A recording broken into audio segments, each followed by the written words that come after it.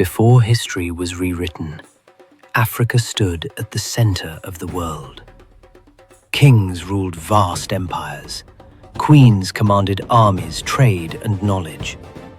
From gold-rich kingdoms to cities that shaped global trade and power. Africa built universities, preserved science, and taught the world to think. Warriors defended their land with strategy, discipline, and honor. Not myths, but military genius. Women rose as queens, generals, and visionaries, shaping history with courage and wisdom. Their legacy lives on, in culture, resistance, and identity. This is Africa remembered. This is Legends of Africa. The British Empire called it pacification. The people called it war. Before Africa was colonized, before borders were drawn by foreign hands, there were warriors who refused to kneel.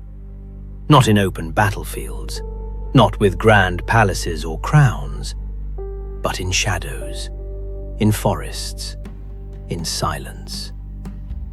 This is the story of the Ekumeku warriors, a powerful underground resistance movement that challenged British colonial rule in what is now southeastern Nigeria for over 3 decades.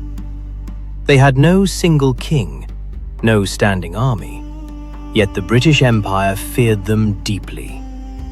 This is the story they rarely tell.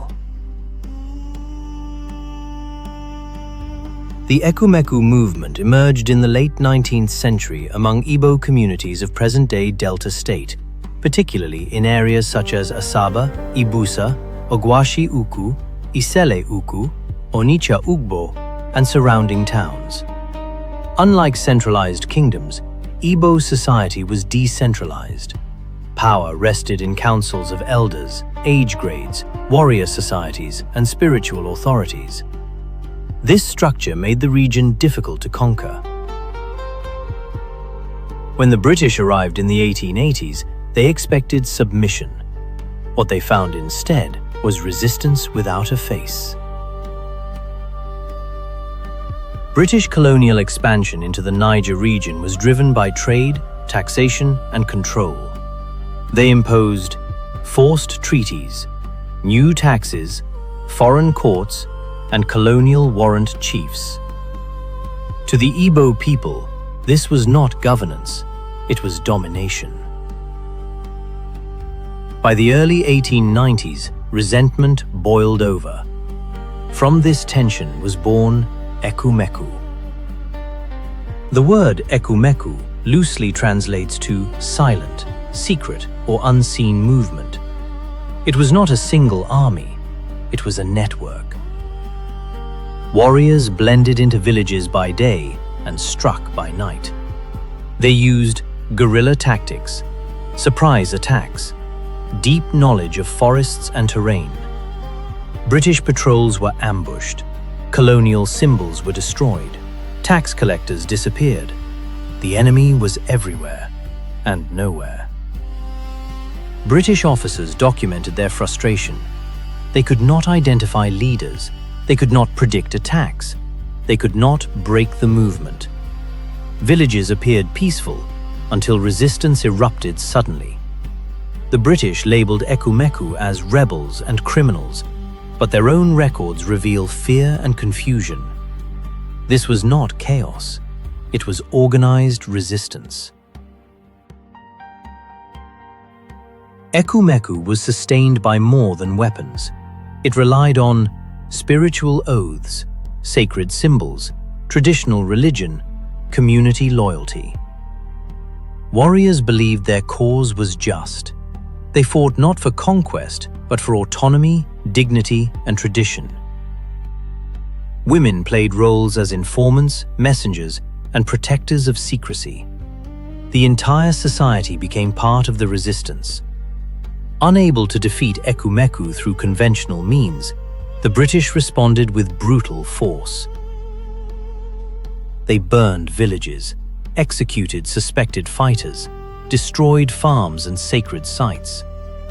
One of the most tragic moments occurred in Asaba in 1897, where British forces massacred hundreds of unarmed men under the guise of peace talks. Still, Ekumeku endured. From 1883 to about 1914, the resistance persisted. Over 30 years. Ekumeku did not fall in a single battle. It faded gradually as colonial military pressure increased, firearms became more advanced, economic disruption weakened communities. But make no mistake, this was not surrender. It was survival under overwhelming force. The spirit of Ekumeku lived on in later resistance movements and nationalist struggles. Today, Ekumeku is rarely taught in schools. No statues stand tall in global capitals. No Hollywood films tell their story. Yet they represent something powerful. That Africans resisted colonization long before independence movements. That freedom fighters did not always wear crowns. That resistance could be silent and still shake an empire. The Ekumeku warriors teach us this. Not all heroes are visible. Not all wars are fought openly. And not all victories are measured by conquest. Sometimes, resistance itself is the triumph. Remember Ekumeku. Remember those who refuse to disappear. If you believe African history deserves to be told truthfully, subscribe to Legends of Africa, Kings, Queens, and Heroes. Share this story and keep the memory alive.